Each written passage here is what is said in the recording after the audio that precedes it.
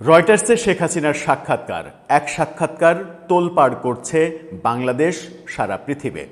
রয়টার্সে গতকালকে বিকেলে শেখ হাসিনার সাক্ষাৎকার প্রকাশিত হওয়ার পরে আমরা রাত পর্যন্ত যে দৃশ্য দেখেছি, পৃথিবীর প্রায় তাবৎ গণমাধ্যমে এটা খবর হয়েছে, গুরুত্ব সহকারে প্রকাশ করা হয়েছে। বাংলাদেশের প্রায় সকল পত্রিকাতে এটা খবর হয়েছে। ইউটিউব, ফেসবুকে আলোচনার প্রথম এবং প্রধান ইস্যু হয়ে দাঁড়িয়েছে শেখ হাসিনার ফেরা। এটা নিয়ে বিবিসি বাংলা একটা প্রতিবেদন তৈরি করেছে যে শেখ হাসিনার এই ফেরার ঘোষণা, ডিসেম্বরে নেতাদের নিয়ে একসাথে ফেরা, একসাথে আত্মসমর্পণ, এই ব্যাপার নিয়ে বিএনপি, জামাত, এনসিপি তারা কি ভাবছে। তারা রাজনৈতিক দলের প্রতিক্রিয়াও ছাপিয়েছে সাধারণ খবরের পাশাপাশি। প্রতিক্রিয়াও আমরা দেখেছি, সেটা নিয়ে আলাদা একটা ভিডিও করেছে।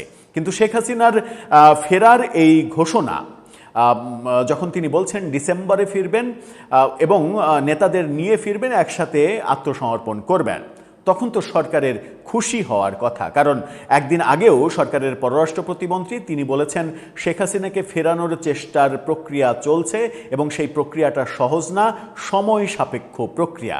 এবং সেই সময় সাপেক্ষ প্রক্রিয়া তিনি যখন বলছেন, সেটা নিশ্চয়ই এই ডিসেম্বরের মধ্যে সম্ভব নয়। যদি সরকারের এই চেষ্টার বাইরে শেখ হাসিনা নিজেই ফিরতে চান এবং তার নেতাদের নিয়ে ফিরতে চান, যে সকল নেতাদের বিরুদ্ধে বহু মামলা রয়েছে, তাহলে তো সরকারের বরং আরও অনেক বেশি খুশি হওয়ার কথা, বিরোধী দলের অনেক বেশি খুশি হওয়ার কথা। কিন্তু খুশির পরিবর্তে সরকারের ভেতরে এক ধরনের উদ্বিগ্ন অবস্থা কেন আমরা দেখছি? সরকার কেন নানা ধরনের প্রক্রিয়ায় উদ্বেগ প্রকাশ করছে, মানে উদ্বেগ প্রকাশ করছে না, উদ্বেগ দেখা যাচ্ছে তাদের মধ্যে। যেমন তথ্য মন্ত্রণালয় দিয়ে গণমাধ্যমের উপরে একটা নোটিশ দেওয়া যে শেখ হাসিনার কোনো খবর প্রচার করা যাবে না। আদতে শেখ হাসিনার সাক্ষাৎকার, অডিও, ভিডিও কোনো ধরনের কিছুই বাংলাদেশের গণমাধ্যম প্রচার করছে না। পৃথিবীর তাবৎ অন্তত 100টা গণমাধ্যমে এই খবরটা ব্যক্তিগতভাবে আমার চোখে পড়েছে। পৃথিবীর কোন কোন গণমাধ্যমে খবর হলো এটা নিয়ে, সেটা যেমন মানে বাছাই করা কিছু, অন্তত 40টার বেশি গণমাধ্যমের শিরোনামটা নিয়ে আমরা একটু আলোচনা করব। পাশাপাশি সরকার কেন তথ্য মন্ত্রণালয় দিয়ে বাংলাদেশের গণমাধ্যমের উপরে এক ধরনের নিষেধাজ্ঞা জারি করছে, এটার পেছনে কারণটা কি, এটাকে মিসলিড করে নানা রকমের ন্যারেটিভ যদি তৈরি হয় যে সরকার ভয় পাচ্ছে, সরকার ভয় পাচ্ছে, এই ব্যাপারটা যদি ছড়িয়ে পড়ে, তাহলে সেটা সরকারের জন্য ডিসক্রেডিট। আমার মনে হয় না যে 2/3 বেশি আসনে বিজয়ী একটা সরকারের এই সামান্য ইস্যুতে এত বেশি ভয় পাওয়ার কোনো কারণ রয়েছে। কারণ সরকার নিজেই চাইছে শেখ হাসিনাকে ফিরিয়ে আনতে। সেখানে শেখ হাসিনা যদি নিজেই ফিরে আসেন এবং আদালতে আত্মসমর্পণ করেন, আত্মসমর্পণের মাধ্যমে তাকে যদি জেলে নেওয়া যায়, তাহলে তো কাজটা অনেকখানি, মানে 100%-এর 80% কাজ এগিয়ে গেল। তাহলে সমস্যাটা কোথায়? চলুন এই দুটো বিষয়ই একটু আলোচনা করে বোঝার চেষ্টা করি, কোন গণমাধ্যম কিভাবে নিউজ ট্রিটমেন্ট দিল এবং এর পরিপ্রেক্ষিতে সাংবাদিক বিশ্লেষকরা কি বলছেন সরকারের আচরণ ব্যাপারে। অন্তত থাকবেন পলিটিক্স টিভির নিয়মিত আয়োজনে।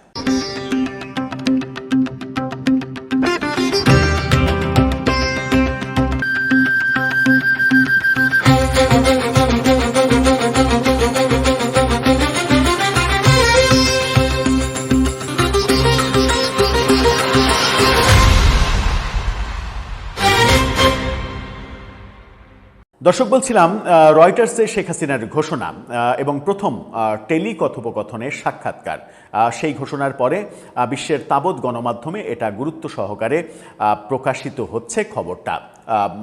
আমেরিকা, ইংল্যান্ড, রাশিয়া, ফ্রান্স সহ ইন্ডিয়া তো আছে, বিভিন্ন দেশের বিভিন্ন গণমাধ্যমে এটা প্রকাশিত হচ্ছে, এমনকি পাকিস্তানি গণমাধ্যমেও প্রকাশিত হচ্ছে। কোন কোন গণমাধ্যমে কি কি আসলো, কিছু বাছাইকৃত কিছু গণমাধ্যমের শিরোনাম আমরা দেখব। সেটা দেখার পাশাপাশি আমরা এই ব্যাপারে সাংবাদিক আনিস আলমগীর খুবই সুন্দর একটা বাস্তবসম্মত, যেটা সরকারের সমালোচনা তো বটেই, কিন্তু এই সমালোচনাটাকে সরকার যদি পজিটিভলি নিতে পারে তাহলে আমার ব্যক্তিগতভাবে মনে হয় যে সরকারের সেটা উপকার হতে পারে। সেটা নিয়েও আলোচনা করব। প্রথমে চলুন আনিস আলমগীরের যে বক্তব্য সেই বক্তব্যতে যায়। তার ফেসবুক পোস্টটা একটু দেখে নিন। তিনি যে ফেসবুক পোস্ট দিয়েছেন, শেখ হাসিনা ফেরার একটা কার্ড সহ ফেসবুক পোস্ট দিয়েছেন, সেখানে তিনি লিখেছেন, এতদিন সরকার শেখ হাসিনাকে দেশে ফিরিয়ে এনে আইনের মুখোমুখি করতে চেয়েছে।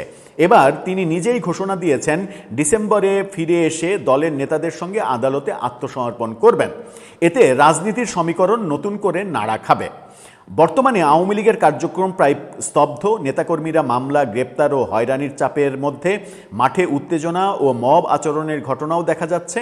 ফলে রাজনৈতিক পরিবেশ এখনো স্বাভাবিক নয়। এই প্রেক্ষাপটে তার প্রত্যাবর্তন তিনটি দিক সামনে আনছে।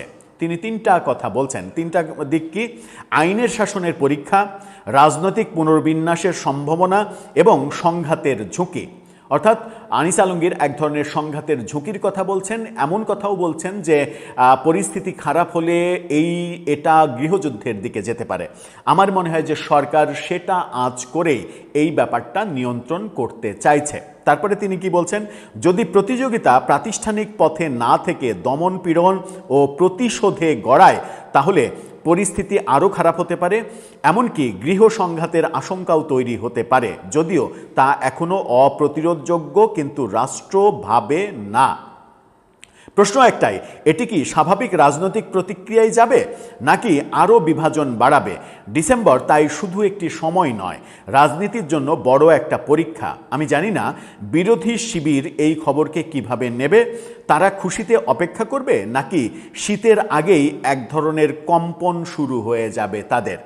খুবই বিরোধী দলকেও সমালোচনা করছেন, খোঁচা মারছেন যে এটাকে তারা পজিটিভলি নেবে নাকি কম্পন শুরু হবে। আমার মনে হয় যে বিবিসিতে প্রকাশিত বিএনপি, জামাত এবং এনসিপির বক্তব্যে খুব একটা কম্পন আমরা দেখিনি। তবে একটা ভয়ঙ্কর জিনিস আমরা দেখেছি, সেটা হচ্ছে বিএনপি এবং জামাত পরস্পরকে দোষারোপ করার চেষ্টা করেছে যে শেখ হাসিনার এই বক্তব্যের পেছনে, শেখ হাসিনাকে ফেরানোর পরিকল্পনার পেছনে বিএনপি মনে করছে জামাতের ষড়যন্ত্র রয়েছে, জামাত মনে করছে বিএনপির ষড়যন্ত্র রয়েছে। এই ঘটনাটা আমরা ঘটতে দেখছি। চলুন এবার পৃথিবীর তাবৎ গণমাধ্যম খুঁজে কিছু নির্দিষ্ট গণমাধ্যমের খবরের শিরোনামগুলো একটু দেখে নিই। প্রথমেই আমরা বাংলাদেশের প্রধান ইংরেজি দৈনিক ডেইলি স্টারের খবরটা, রয়টার্সের খবর তো আমরা সবাই দেখেছি, সেটা নিয়ে আমরা আলাদা ভিডিও করেছি। ডেইলি স্টার শেখ হাসিনার বিকৃত ছবি এবং জুতার মালা গলায় দেওয়া ছবি দিয়ে এই পোস্টটা করেছে, কার্ডটা করেছে। সেখানে বলা হচ্ছে ডিসেম্বরে দেশে ফিরে আত্মসমর্পণের পরিকল্পনা শেখ হাসিনার। রয়টার্স, বাংলাদেশের গণমাধ্যমগুলোর মধ্যে একমাত্র ডেইলি স্টারকেই আমরা দেখেছি শেখ হাসিনার এরকম বিকৃত ছবি দিয়েছে। অন্য গণমাধ্যমগুলো আমরা দেখেছি যে স্বাভাবিক নর্মাল ছবি দিয়েছে। ভারতের কলকাতার অন্যতম প্রধান দৈনিক আনন্দবাজার এটা নিয়ে ফলাও করে নিউজ করেছে। আনন্দবাজারের এই ফটোকার্ডটাও দেখে নিতে পারেন। শেখ হাসিনার ছবি এবং পেছনে বাংলাদেশের পতাকা দিয়ে তারা তৈরি করেছে। এরপরে আমরা যদি যাই WION, তারা বলছে যে Sheikh Hasina to return home. Sheikh হাসিনার ছবি নিয়ে এবং শেখ হাসিনার নানা কর্মকাণ্ড নিয়ে তারা ভিডিও প্রতিবেদন তৈরি করেছে। এরপরে আমরা যাব দ্য স্টেটমেন্ট যে শিরোনামটা করেছে এটা দেখে নিন। সেখানে বলছে they may even kill me facing death sentence, Sheikh Hasina says she will go back Bangladesh no matter what. অর্থাৎ স্টেটমেন্টের মতো পত্রিকা এই শিরোনাম করেছে। তারা কালো ব্যাকগ্রাউন্ড তৈরি করেছে। হিন্দুস্তান টাইমস এটা নিয়ে বহু ফটোকার্ড তৈরি করেছে। হিন্দুস্তান টাইমসের এই সামাজিক যোগাযোগ মাধ্যমে পোস্ট করা অন্তত 8টা ফটোকার্ডের এই স্ক্রিনশটটা দেখে নিতে পারেন। সেখানে বলছে ousted Bangladeshi prime minister Sheikh Hasina who is living in exile in India after being, এভাবে তারা বলার চেষ্টা করেছে। এরপরে যদি আমরা দেখি তাহলে আল জাজিরা ইংলিশ, তারা বলছে শেখ হাসিনা এবং বাংলাদেশের পতাকা সহ ছবি দিয়ে বলছে condemned ex PM Hasina plans December return to Bangladesh. আল জাজিরাতেও গুরুত্ব সহকারে এই খবর প্রকাশ করা হচ্ছে। India.com, তারা বলছে if death comes I want it to come on my own soul. এই কথা বলছে India.com। এরপরে আমরা যদি আসি বিবিসি বাংলায়, বিবিসি বাংলা শিরোনাম করছে শেখ হাসিনার দেশে ফেরা প্রসঙ্গে যা বলছে বিএনপি, জামাত, এনসিপি, এটা সহ বিবিসি বাংলা একাধিক নিউজ করেছে, অন্তত 3টা নিউজ করেছে বিবিসি বাংলা এই ব্যাপার নিয়ে। এরপরে আমরা আসি সেন্ট্রিস নেশন টিভি, তারা বলছে Sheikh Hasina plans to return to Bangladesh in December, surrender before court. এরপরে আমরা ইত্তেফাকের শিরোনামটা দেখিনি। ইত্তেফাক বলছে রয়টার্সকে সাক্ষাৎকার, ঝুঁকি নিয়েই ডিসেম্বরে দেশে ফিরছেন শেখ হাসিনা, শীর্ষ নেতাদের নিয়ে করবেন আত্মসমর্পণ। এরপরে আমরা আসি বাংলাদেশের টাইমস অফ বাংলাদেশ, তারা বলছে ডিসেম্বরে দেশে ফিরে আত্মসমর্পণ করবেন শেখ হাসিনা। জি নিউজ তারা বলছে even if I am killed, former Bangladesh PM Sheikh Hasina says will return to Dhaka in December. Zee নিউজও খুবই গুরুত্ব সহকারে এই খবর করেছে। দ্য প্রিন্টের মতো পত্রিকা তারা বলছে former PM Sheikh Hasina plans December return to Bangladesh with party members for surrender. এরপরে আমরা আসি ইন্ডিয়া টুডে গ্লোবাল, তারা বলছে they may even kill me, Hasina says she will return to Bangladesh in December. তারা আরেকটা ফটোকার্ড তৈরি করেছে, 2টা ফটোকার্ড, সেখানে আরও একটু বৃহৎ পরিসরে লিখেছে একই কথা, they may arrest me on my return, they may even kill me, still I have to go, my party leaders and workers are being subjected to, অনেক অনেক বড় একটা ইয়ে লিখেছে, ফটোকার্ডটা দেখলেনি। এরপরে আমরা যদি ওপিনিয়নে আসি, তারা বলছে যে ডেল্টাগ্রামের ওপিনিয়নে যেটা বলা হচ্ছে, এই ফটোকার্ডটা দেখুন, সেখানে বলা হচ্ছে যে to those who feel cheated into toppling a dictator, অর্থাৎ শেখ হাসিনার সমালোচনা করে একটা মন্তব্য প্রতিবেদন তারা প্রকাশ করেছে। এই ভেরিয়েশনগুলোই তো দরকার, কেউ স্বাভাবিক নিউজ করবে, কেউ সমালোচনা করবে, কেউ পক্ষে বলবে, কেউ বিপক্ষে বলবে, এটাই তো গণমাধ্যমের ক্যারেক্টার। এখানে আপনি বাদ সাধলে সমস্যা, যেমন আরও তার বিপক্ষে আরও অনেক কথা রয়েছে। কালবেলা বলছে, কালবেলার এই শিরোনামটা দেখে নিন, শেখ হাসিনার আত্মসমর্পণের খবরে রাজনীতিতে নতুন উত্তেজনা, কালবেলা এভাবে বলছে। এরপরে যদি আমরা আসি মানবজমিন বলছে কোনো সরকার যদি দীর্ঘ সময় ক্ষমতায় থাকে তাহলে ভুল হতেই পারে, কোনো সরকারই ভুলের ঊর্ধ্বে নয়, কিন্তু একটি সরকারের ভালো মন্দ, সঠিক ভুল বিচার করার অধিকার জনগণের, সেই বিচার আমি জনগণের হাতেই ছেড়ে দিচ্ছি, রয়টার্সকে শেখ হাসিনা। মানবজমিন এভাবে বলছে। নিউজ 18 তারা ব্রেকিং নিউজ হিসেবে একটা ভিডিও প্রতিবেদন তৈরি করেছে, সেখানে তারা বলছে শেখ হাসিনা কেন টু রিটার্ন টু বাংলাদেশ, এভাবে তারা বলছে। দ্য পোস্টে ওই যে বললাম যে বিরোধী মন্তব্যও দরকার, বিরোধী মন্তব্যে দ্য পোস্ট এবং প্রথম আলোকে মূলত এটা বলেছেন, পোস্ট সেটা নিয়ে ফটোকার্ড করেছেন লেখক এবং গবেষক মহিউদ্দিন আহমেদ। সাম্প্রতিক সময়ে নানা কারণে তিনি বিতর্কিতও হয়েছেন, বিতর্ক হতেই পারে যে কোনো মানুষকে নিয়ে। মহিউদ্দিন আহমেদ কি ভয়ঙ্কর কথা বলছেন দেখুন, তিনি বলছেন দেশে ঢুকে পড়তে এত অস্থির হলে তিনি দেশ ছেড়ে গেলেন কেন, অর্থাৎ শেখ হাসিনা এত অস্থির হয়ে গেছেন কেন। মহিউদ্দিন আহমেদ শেখ হাসিনার কঠোর সমালোচনা করে বলছেন যে তিনি যদি দেশেই ফিরতে এত অস্থির হবেন তাহলে দেশ থেকে পালালেন কেন, এরকম বক্তব্য। সাম্প্রতিক সময়ে মহিউদ্দিন আহমেদ শেখ হাসিনার কট্টর সমালোচক এবং প্রথম আলোতে তার এই লেখা প্রকাশিত হয়েছে আজকে।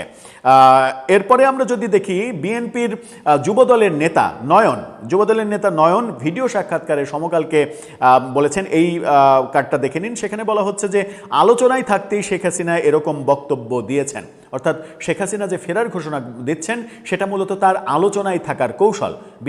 যুবদলের নেতা নয়ন সাম্প্রতিক সময়ে খুবই আলোচিত, কখনো কখনো সমালোচিত নয়ন, তিনিও বলছেন এই কথা। এরপরে আসি টেলিগ্রাফের মতো গণমাধ্যম, তারা বলছে Sheikh Hasina says she will return to Bangladesh in December with party colleagues. আমরা এবার আসি টয়, তারা বলছে may get arrested or killed, Sheikh Hasina says she will return to Bangladesh in December. এরপরে আসি এবিপি আনন্দ, ভারতের গণমাধ্যম, তারা বলছে আমাকে মেরে ফেলতেও পারে, আত্মসমর্পণ করবেন শেখ হাসিনা, কবে ফিরবেন বাংলাদেশে জানালেন। আমরা আসি বাংলাদেশের গণমাধ্যম বাংলা ট্রিবিউন বলছে ডিসেম্বরে দেশে ফিরে আত্মসমর্পণের পরিকল্পনা শেখ হাসিনার। রয়টার্সকে উদ্ধৃত করে বলছে। একুশে টেলিভিশন বলছে যে একুশে টেলিভিশন তারেক রহমানের বক্তব্য প্রচারের জন্য একুশে টেলিভিশনের চেয়ারম্যানকে গ্রেপ্তার করা হয়েছিল আওয়ামী লীগ সরকারের আমলে, সেই একুশে টেলিভিশন বলছে ডিসেম্বরে দেশে ফিরে আত্মসমর্পণের পরিকল্পনা শেখ হাসিনার। রয়টার্স। এরপরে আসি হিন্দু বিজনেস লাইন, তারা বলছে ousted Bangladesh prime minister Sheikh Hasina facing a death sentence back home where, এভাবে তারা বলছে। তিরাস তারা বলছে Sheikh Hasina to return from India in December plans court surrender with party leaders. এরপরে যদি আমরা আসি তাহলে একাত্তর টেলিভিশন নাহিদ ইসলামের বক্তব্য নিয়ে কথা বলছে। নাহিদ ইসলাম কি বলছেন? এনসিপির আহ্বায়ক, তিনি বলছেন হাসিনার ফাঁসির রায় বাস্তবায়নে ভিন্ন পরিকল্পনা হলে আবারও গর্জে উঠবে জুলাইয়ের শক্তি। অর্থাৎ শেখ হাসিনার ফাঁসির রায় ছাড়া অন্য কিছু যদি হয় তাহলে জুলাইয়ের শক্তি গর্জে উঠবে। এই যে বিপক্ষ মত, আপনি সপক্ষের কথা বলবেন, বিপক্ষের কথা বলবেন, মধ্যমপন্থার কথা বলবেন, সেটাই তো আসলে সম আলোচনা। আপনি কারো মুখ চেপে ধরা, টুটি চেপে ধরা, এটাতে গণতন্ত্রের সৌন্দর্য বোঝায় না। এরপরে আসি আমরা নিউজ অফ বাহরাইন, তারা বলছে Sheikh Hasina 78 plans to end her Indian exile this December to surrender in Bangladesh. এভাবে তারা বক্তব্য দিচ্ছে এবং তারা 2টা ফটোকার্ড তৈরি করেছে। এরপরে আমরা যদি দেখি সিএসবি নিউজ, তারা বলছে ডিসেম্বরে দেশে ফিরছেন শেখ হাসিনা, নেতাকর্মীদের প্রস্তুত থাকার নির্দেশ। ইউএসএ ভিত্তিক এই গণমাধ্যম। এরপরে ঠিকানা, খালেদ মহিউদ্দিনের ঠিকানা, তারা বলছে মৃত্যুদণ্ডের সাজা মাথায় নিয়েই ডিসেম্বরে দেশে ফিরছেন শেখ হাসিনা। আসি টাইমস অফ বাংলাদেশ, তারা যেভাবে শেখ হাসিনার ছবি এবং খুবই সুন্দর গ্রাফিক্স ডিজাইন করে তারা বলছে Hasina plans to face trial. এটা কিন্তু পজিটিভ দিক যে শেখ হাসিনা বিচারের মুখোমুখি হতে চাইছেন, সেটাকে স্বাগত জানানো উচিত। আমরা দেশ টিভির শিরোনামে যাই। দেশ টিভি নাহিদ ইসলামের বক্তব্য নিয়ে কথা বলছে শেখ হাসিনা দেশে ফিরবেন ফাঁসির রায় কার্যকর করার জন্য। খুবই ভালো, নাহিদ ইসলামের প্রত্যাশা সেটা, তিনি তার প্রত্যাশার কথা বলছেন, গণমাধ্যম সেটা প্রচার করছেন এবং সেটাও শেখ হাসিনা সম্পর্কিত এবং রয়টার্সে প্রকাশিত সাক্ষাৎকার সম্পর্কিত। এটা নিশ্চয়ই শেখ হাসিনার পক্ষের কোনো বক্তব্য নয়। সুতরাং শেখ হাসিনা নিয়ে যেখানে যা আলোচনা হচ্ছে সেই আলোচনা গণমাধ্যমে প্রকাশিত হওয়া, সেটা শেখ হাসিনার বক্তব্য প্রচার করা হয় না, এটা তথ্য মন্ত্রণালয়কে বুঝতে হবে। এরপরে আসি ফার্স্ট পোস্ট, তারা বলছে may be arrested or killed, Hasina vows return to Bangladesh in December. আমরা আসি এবার নেশনিস্ট, তারা বলছে জেল এবং জীবনের ঝুঁকি নিয়ে ডিসেম্বরে দেশে ফিরছেন শেখ হাসিনা। এবারে আমরা যদি আসি ডয়চে ভেলের শিরোনামে, ডয়চে ভেলে বলছে ডিসেম্বরে দেশে ফিরে আত্মসমর্পণের পরিকল্পনা। ডয়চে ভেলে রয়টার্সকে, জার্মান গণমাধ্যম, তারা রয়টার্সকে উদ্ধৃত করেই এটা বলছে। আমরা যদি এবার আসি ব্রডশিট, তারা বলছে, এই ফটোকার্ডটা দেখে নিন, তারা বলছে আমাকে দেশে ফিরিয়ে নিতে ঢাকা বারবার ভারতের কাছে চিঠি পাঠাচ্ছে, তবে আমি নিজেই দেশে ফিরব। আমাদের প্রায় সব নেতাকর্মীর বিরুদ্ধে মামলা হয়েছে, তাদের অনেকেই আত্মগোপনে আছেন। আমি তাদের বলেছি এবার আমি দেশে ফিরছি, তোমরাও এসো, আমরা সবাই একসঙ্গে আদালতে আত্মসমর্পণ করব। দেশে ফিরলে তারা আমাকে গ্রেপ্তার করতে পারে, এমনকি হত্যাও করতে পারে, তবু আমাকে ফিরতেই হবে। আমরা দেখি যদি চ্যানেল 24, এটাও ভিন্ন, শেখ হাসিনা বিরোধী। চ্যানেল 24 হাসনাত আবদুল্লাহ এবং হান্নান মাসুদের মিছিল নিয়ে শেখ হাসিনার প্রসঙ্গে কথা বলছে। এই ইয়াটা দেখে নিন, সেখানে বলছে শেখ হাসিনার ফাঁসির দাবিতে হান্নান হাসনাতের স্লোগান। তারা ফাঁসি দিয়েছে যে শেখ হাসিনার ফাঁসি, স্লোগান দিয়েছে শেখ হাসিনার ফাঁসি চাই। খুবই ভালো, সেই দাবি তো তারা করতেই পারে। চ্যানেল আই বলছে ডিসেম্বরে দেশে ফিরব, দলের নেতাদের সঙ্গে আদালতে আত্মসমর্পণ করব, রয়টার্সকে শেখ হাসিনা। এই বক্তব্যগুলো যখন আসছে তখন সর্বশেষ যে বক্তব্য দিয়ে আমরা বক্তব্য শেষ করতে চাই, গণমাধ্যমের খবর, সেটা হচ্ছে যে আন্তর্জাতিক অপরাধ ট্রাইব্যুনালের চিফ প্রসিকিউটর আমিনুল ইসলাম তিনি কি বলছেন, এই ফটোকার্ডটা দেখে নিন দ্য পাবলিকের। সেখানে বলা হচ্ছে শেখ হাসিনার বিরুদ্ধে গ্রেপ্তারি পরোয়ানা জারি রয়েছে, তবে ব্যক্তি হিসেবে শেখ হাসিনার মুভমেন্টের উপরে কোনো নিষেধাজ্ঞা নাই। কার্যক্রম নিষিদ্ধ দল আওয়ামী লীগের সদস্য হিসেবে তার কার্যক্রমের উপরে নিষেধাজ্ঞা রয়েছে। বিবিসিকে তিনি এই কথা বলেছেন। তার মানে শেখ হাসিনার মুভমেন্ট করতে, ভারত থেকে বাংলাদেশে আসতে কোনো রকমের কোনো সম্ভাবনা নেই, এই বক্তব্য চিফ প্রসিকিউটর আন্তর্জাতিক অপরাধ ট্রাইব্যুনালের তিনি দিচ্ছেন। আমরা সামান্য কিছু 40-42টা গণমাধ্যমের শিরোনাম আপনাদেরকে দেখালাম, এছাড়া আরও অনেক রয়েছে। এগুলো নিয়ে বিস্তারিত আলোচনা করতে গেলে রাত পার হয়ে যাবে, হয়তো দিন পার হয়ে যাবে, সেগুলো বলতে চাই না। মূলত এটা যেটা বলতে চাই সেটা হচ্ছে যে হয়েছে। আমরা এই বক্তব্যের মধ্যে শেখ হাসিনাকে নিয়ে নিউট্রাল নিউজ, শেখ হাসিনার বিকৃত ছবি ছাপা, শেখ হাসিনার ফাঁসি চাওয়া, শেখ হাসিনার ফাঁসি চেয়ে স্লোগান দেওয়া, শেখ হাসিনা কেন দেশে ফিরতে এত উতলা হয়েছেন সেই সমালোচনা করা, এই বক্তব্যগুলোও যেমন রয়েছে, নর্মাল তিনি রয়টার্সকে কি বলছেন সেটাও রয়েছে। এই যে ভেরিয়েশন, এই যে ভ্যারাইটিস অফ নিউজ, এটাই আসলে গণমাধ্যমের সৌন্দর্য। এই সৌন্দর্যকে নষ্ট করতে চাওয়া কখনো গণতন্ত্রের সৌন্দর্য হতে পারে না। আর গণমাধ্যমের স্বাধীনতাতে যদি আপনি হস্তক্ষেপ করেন, আবার আপনি বহুদলীয় গণতন্ত্রের জনক হিসেবে নিজেদেরকে দাবি করতে চান, তাহলে সেটা কিন্তু দ্বিচারিতা হবে। আর এই ভুল বোঝাবুঝির অবসান ঘটাতে হবে, কারণ শেখ হাসিনার বক্তব্য প্রচার করা, শেখ হাসিনার সাক্ষাৎকার প্রচার করা, শেখ হাসিনার অডিও ভিডিও প্রচার করা, আর রয়টার্সে কিংবা এনডিটিভিতে তার দেয়া সাক্ষাৎকার নিয়ে বাংলাদেশের গণমাধ্যমে, সোশ্যাল মিডিয়াতে আলোচনা পর্যালোচনা করা কিংবা রিপ্রিন্ট করা, এটা গুলিয়ে ফেললে হবে না। আমার মনে হয় তথ্য মন্ত্রণালয়ের পারঙ্গমতা, সক্ষমতা, দক্ষতা এগুলো বাড়ানোর প্রয়োজন রয়েছে। দর্শক, আপনার কি মনে হয়? আপনার মতামত জানিয়ে লিখতে পারেন আমাদের কমেন্ট বক্সে।